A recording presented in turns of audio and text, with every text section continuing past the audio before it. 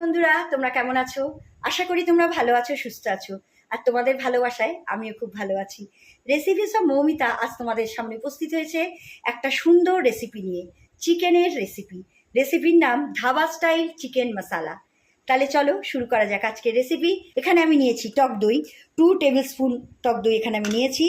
এখানে একটা টমেটো, জিরে গুঁড়ো, হলুদ গুঁড়ো, লঙ্কা গুঁড়ো, কুচানো পেঁয়াজ, বয়েলড আলু 4 পিস, নুন আর চিনি, এটা তোমরা তোমাদের আন্দাজ মতো নেবে, কাসৌরি মেথি, আর এখানে আমি 5 পিস চিকেন নিয়েছি। চিকেনের পরিমাণ তোমরা চাইলে বাড়াতেও পারো, কমাতেও পারো। তাহলে চলো শুরু করা যাক আজকের রেসিপি। বন্ধুরা, আমি গ্যাসের ওপর একটা কড়াই দিয়েছি, কড়াইতে আমি মাস্টার্ড অয়েল দিয়েছি। পুরো রেসিপিটা আমি মাস্টার্ড অয়েলে করবো। তেলটা আমার গরম হয়ে গেছে, গ্যাসের ফ্লেম এখন আমি মিডিয়াম টু লো এর মধ্যে করে দিলাম। কিছু গোটা গরম মশলা আমি এর মধ্যে দেবো, কিন্তু তার আগে আমি আলুটা একটু ভেজে নেব।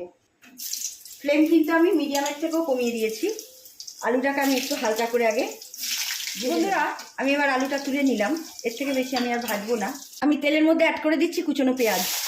দেখো বন্ধুরা, আমার পেঁয়াজটা ভাজা হয়ে গেছে। এবার আমি গোটা গরম মশলাগুলো এর মধ্যে অ্যাড করে দিলাম। বন্ধুরা, আমি টমেটোগুলো এর মধ্যে দিয়ে দিয়েছি। এবার আমি এগুলো একটু হতে দেবো। তোমরা যখনই টমেটো দেবে এইভাবে টুকরো করে, তখন ওর ওপর হালকা করে একটু নুন দিয়ে দেবে। তাহলে দেখবে টমেটোগুলো একদম নরম হয়ে গেছে। এবার এই সব দিয়ে আমি এবার একটু এটা হতে দেবো। এবার আমি এর মধ্যে অ্যাড করছি জিরে গুঁড়ো, হলুদ গুঁড়ো, লঙ্কা গুঁড়ো, নুন আর চিনি, এটা তোমরা তোমাদের আন্দাজ মতো দেবে। এবার এই সব কিছু দিয়ে আবার আমি কিছুক্ষণ এটা একটু হতে দেবো। বন্ধুরা, এবার আমি দিয়ে দিচ্ছি চিকেন। এই চিকেনটাকে দিয়ে আমি এটাকে ভালো করে একটু নেড়ে নিলাম। আমি কিন্তু এখনো জল অ্যাড করিনি, দেখো। এবার আমি হালকা করে একটু জল দেবো এর মধ্যে। এবার গ্যাসের ফ্লেমটা আমার মিডিয়াম টু লো এর মধ্যে ছিল, আমি আরও লো করে দিলাম। দিয়ে এবার আমি এটা একটু ফুটতে দেব।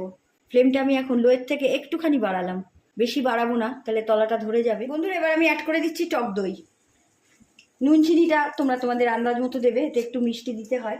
এবার এই টক দইটা দিয়ে আমি ভালো করে নেড়ে নিয়ে আবার আমি এটাকে একটু ফুটতে দেব। টক দই কিন্তু তোমরা ডাইরেক্ট ফ্রিজ থেকে বার করে দেবে না, আগে বার করে রাখবে, নাহলে কিন্তু এটা ছানা কেটে যাবে ভেতরে গিয়ে। এবার এই সব দিয়ে আমাকে এবার এটা একটু হতে দিতে হবে। ফ্লেম কিন্তু আমি বাড়াইনি, মিডিয়ামের থেকেও কমে আছে। এবার আমি এর মধ্যে অ্যাড করে দিচ্ছি আলু। এবার এই আলু দিয়েও আমাকে একটু নাড়তে হবে। এর মধ্যে আমি একটু জল অ্যাড করব। বেশি জল এই রেসিপিতে ভালো লাগে না, খুব বেশি জল আমি দেব না। দেখো, আমি বেশি জল দিলাম না। দেখো বন্ধুরা, আমার এটা প্রায় কমপ্লিট। এবার আমি এর মধ্যে অ্যাড করে দিচ্ছি কাসৌরি মেথি। এটা দিলে টেস্ট আরও ভালো হবে। এই কসুরি মেথিটা দিয়ে আমি 1 সেকেন্ডের জন্য এটাকে একটু ফোটাবো। ফ্লেম কিন্তু আমি লোতে রেখেছি, বাড়াইনি। এবার আমি এর মধ্যে অ্যাড করব গরম মশলা। গোটা গরম মশলা আমি আগে দিয়েছি, নামানোর আগে একটু গরম মশলার গুঁড়ো দিয়ে দিলে এর টেস্ট আরও বেটার হবে। এবার এই সব কিছু দিয়ে আমি এটাকে জাস্ট একটুখানি, দেখো, এইভাবে নাড়িয়ে নিলাম। নাড়িয়ে নিয়ে আমি গ্যাসের ফ্লেমটাকে 1 সেকেন্ডের জন্য একটুখানি হাই করব, করে আমি অফ করে দিলাম। আমার রেসিপি কমপ্লিট। দেখো বন্ধুরা, কি সুন্দরভাবে তৈরি হয়ে গেল আমার ধাবা স্টাইল চিকেন মশালা। এটা খুবই একটা টেস্টি আইটেম, আর এটা করতেও খুব বেশি উপকরণ লাগে না। তোমরা তো দেখলে আমি কী দিয়ে করলাম, কিন্তু এটা খেতে খুবই টেস্টি হয়।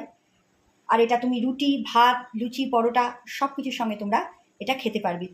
আশা করছি আমার আজকের রেসিপি তোমাদের ভালো লেগেছে। তোমরা এইভাবেই আমার ভালোবেসে আমার পাশে থাকো, যাতে আমি আগামী দিনে আরও সুন্দর সুন্দর রেসিপি তোমাদের উপহার দিতে পারি। তাহলে আমার আজকের রেসিপি এখানেই শেষ।